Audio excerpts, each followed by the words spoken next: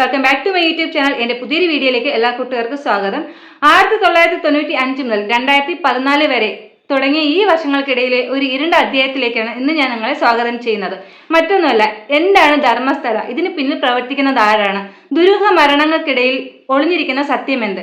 അപ്പോൾ ഇങ്ങനത്തെ കുറച്ച് കാര്യങ്ങൾ നമുക്ക് ഇന്ന് ഈ ഒരു വീഡിയോയിൽ ഡിസ്കസ് ചെയ്യാം. ആദ്യം ധർമ്മസ്ഥല എന്താണ്, എവിടെയാണ് സ്ഥിതി ചെയ്യുന്നത് എന്ന് ഞാൻ നിങ്ങൾക്ക് വേണ്ടി ഷെയർ ചെയ്യാം.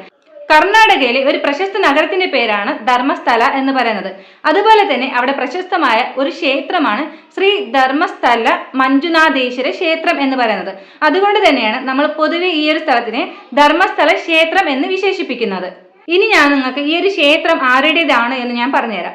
അതായത് ഈ ഒരു ക്ഷേത്രവും ക്ഷേത്രത്തിന്റെ ട്രസ്റ്റും അവിടെയുള്ള എല്ലാ ഭരണങ്ങളും എല്ലാ കാര്യങ്ങളും എല്ലാ ഫുൾ കൺട്രോളും അവിടെ ഉണ്ടായിരുന്നത് ഹെഗ്ഡെ കുടുംബത്തിനാണ്. ഈ ഒരു ഹെഗ്ഡെ കുടുംബം എന്ന് പറയുമ്പോൾ പ്രകട രാജവംശത്തിന്റെ 21ാം തലമുറക്കാരാണ് ഈ ഒരു ഹെഗ്ഡെ കുടുംബം എന്ന് പറയുന്നത്. നമുക്കിപ്പോൾ ന്യൂസ് വന്നിട്ടുള്ള കാലയളവ് എന്ന് പറയുന്നത് 1995 മുതൽ 2014 വരെ. ഈ ഒരു കാലയളവിൽ അവിടെ ഭരിച്ചിരുന്നത് എന്ന് പറയുന്നത് നമ്മുടെ ഹെഗ്ഡെ കുടുംബത്തിൽ വീരേന്ദ്ര ഹെഗ്ഡെ എന്ന് പറയുന്ന വ്യക്തിയാണ്. തൻ്റെ 19ാമത്തെ വയസ്സിലാണ് ഇദ്ദേഹം അതിൻ്റെ ഹെഡായിട്ട് അവിടെ വരുന്നത്. അപ്പോൾ ഇദ്ദേഹത്തിൻ്റെ കാലയളവിലാണ് ഈ പറഞ്ഞ പീഡനങ്ങളും കാര്യങ്ങളെല്ലാം നടന്നിട്ടുള്ളത്. ഈ ഒരു കാലയളവ് മാത്രമല്ല, ഈ ഒരു കാലയളവിന് മുന്നേ അവിടെ ഇതുപോലെ ദുരൂഹ മരണങ്ങൾ ഒത്തിരി നടന്നിട്ടുണ്ട്. പക്ഷേ ഈ ഒരു കാലയളവിലുള്ളത് മാത്രമേ ഇപ്പോൾ പുറത്ത് വന്നിട്ടുള്ളൂ. കാരണം ഈ ഒരു കാലയളവിലാണ് നമുക്കിപ്പോൾ പുറത്ത് വന്നിട്ടുള്ള ശുചീകരണ തൊഴിലാളി അവിടെ ജോലി ചെയ്തിരുന്നത് എന്നുള്ളതാണ്.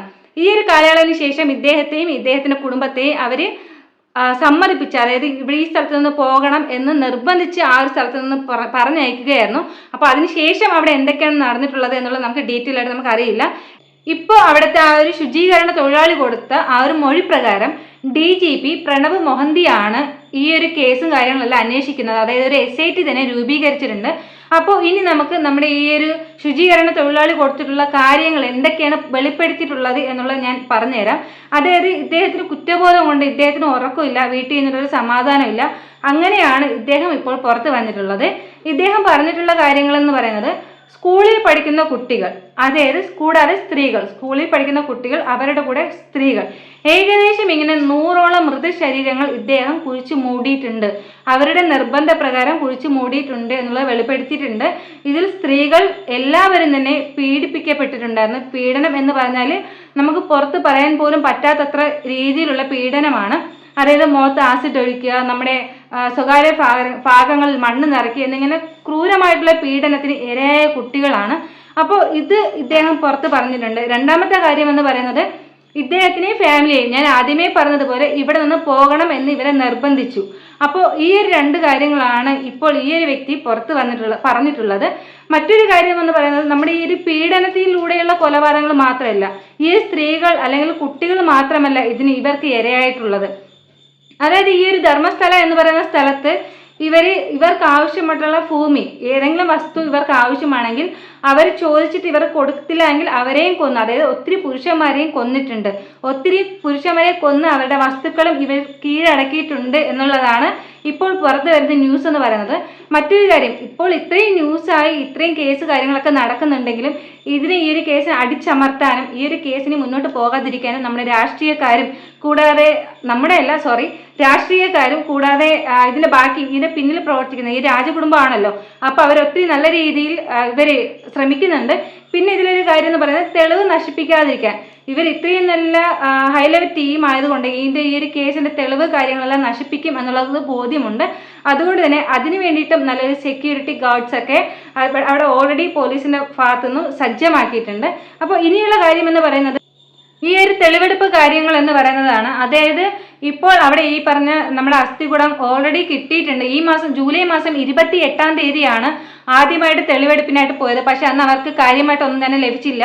എങ്കിലും അവർക്ക് ഒരു ആധാർ കാർഡ്, പാൻ കാർഡ്, ഇങ്ങനെ കുറച്ച് ഡീറ്റെയിൽ ഡോക്യുമെന്റ്സ് ലഭിച്ചിട്ടുണ്ടായിരുന്നു. സെക്കൻഡ് ഡേ ഇവർക്കൊന്നും തന്നെ കിട്ടിയില്ല. ജൂലൈ 31ാം തീയതി അവർക്ക് അസ്ഥികൂടങ്ങളും കൂടാതെ മനുഷ്യന്റെ ശരീരത്തിലെ പല ഭാഗത്തുള്ള എല്ലുകളും അവർക്ക് കിട്ടിയിട്ടുണ്ട്.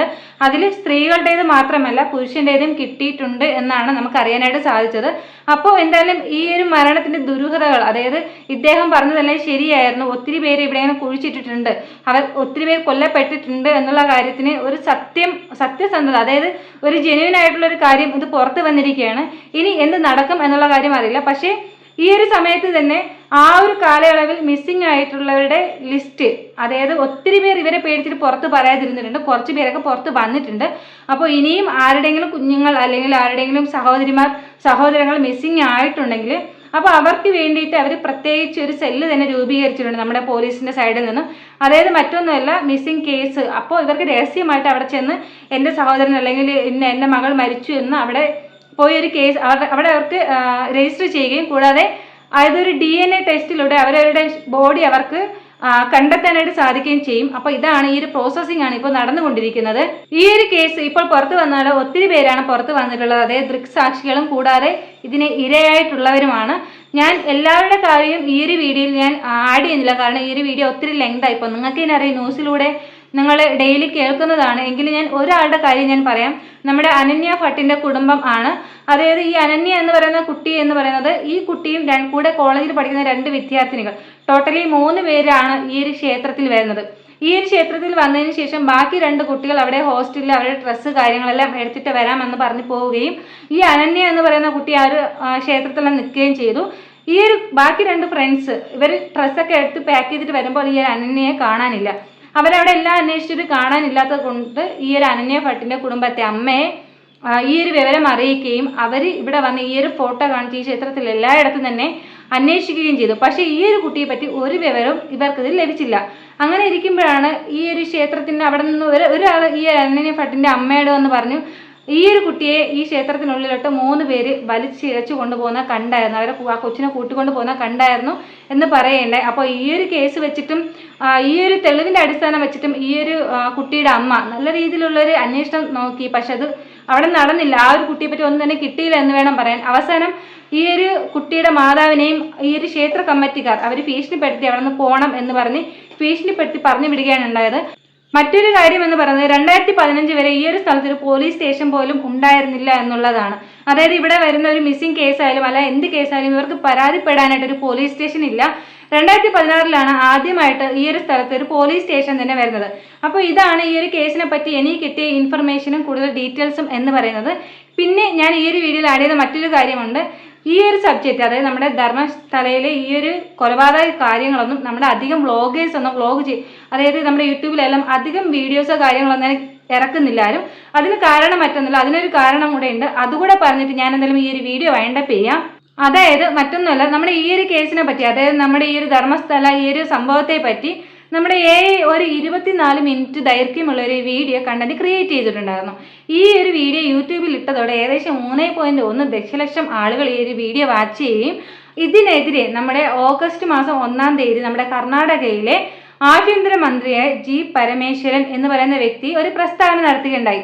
അതായത് ഈ ഒരു കണ്ടന്റ് വെച്ചിട്ട് ആരെങ്കിലും എന്തെങ്കിലും വീഡിയോ നമ്മുടെ സർക്കാരിൻ്റെയോ അല്ലെങ്കിൽ നമ്മുടെ സോഷ്യൽ മീഡിയ വഴി എന്തെങ്കിലും ഒരു വീഡിയോ കണ്ടന്റ് പുറത്തു വരികയാണെങ്കിൽ അവർ ഈ ഒരു വീഡിയോക്കെതിരെ അവർ പ്രതികരിക്കുകയും അതിന് അവർ കേസുമായിട്ട് മുന്നോട്ട് പോവുകയും എന്നാണ് പറഞ്ഞിട്ടുള്ളത്. അപ്പോൾ ഇതുകൊണ്ടായിരിക്കാം മേ ബി നമ്മുടെ പല വ്ളോഗേഴ്സും ഈ ഒരു കേസ് കാര്യങ്ങൾ എന്തായാലും ഇപ്പോൾ പുറത്ത് വരാത്തത്. ഇത്രയേ ഉള്ളൂ എൻ്റെ ഇന്നത്തെ വീഡിയോ എന്ന് പറയുന്നത്. നമ്മളെ പോലെയുള്ള എത്രയോ കുഞ്ഞുങ്ങളാണ് ഇന്നും ആ മണ്ണിനടിയിൽ കുഴിച്ചു മൂടപ്പെട്ടിട്ടുള്ളത്. അപ്പോൾ ഈ ഒരു കേസിൻ്റെ സത്യാവസ്ഥ എല്ലാം പുറത്ത് വരട്ടെ എന്ന് ഞാനും ആഗ്രഹിക്കുന്നു. എന്തായാലും എൻ്റെ ഈ ഒരു വീഡിയോ ഞാനിവിടെ വൈൻഡപ്പ് ചെയ്യുകയാണ്. ഞാനൊരു കാര്യം പ്രത്യേകിച്ച് പറയാം, നിങ്ങൾക്ക് എൻ്റെ ഈ ഒരു വീഡിയോ ഇഷ്ടമായാൽ ലൈക്ക് ചെയ്യുക, ഷെയർ ചെയ്യുക, കമൻറ്റ് ചെയ്യുക. കൂടാതെ എൻ്റെ വീഡിയോസ് ഇനിയും നിങ്ങൾ കാണാൻ ആഗ്രഹമുണ്ടെങ്കിൽ ഒന്ന് സപ്പോർട്ട് ചെയ്യുക. ഈ ഒരു വീഡിയോ കൂടുതൽ പേരിലോട്ട് എത്താൻ നിങ്ങൾക്ക് ആഗ്രഹമുണ്ടെങ്കിൽ ഇതിന് തൊട്ട് താഴെ ഹൈപ്പ് എന്ന് പറഞ്ഞിട്ടൊരു ഓപ്ഷൻ ഉണ്ട്, ആ ഒരു ഓപ്ഷൻ ഒന്ന് ക്ലിക്ക് ചെയ്യുക. എന്തായാലും നെക്സ്റ്റ് ഒരു വീഡിയോയിൽ വീണ്ടും കാണാം. അതുവരെ ബൈ ബൈ.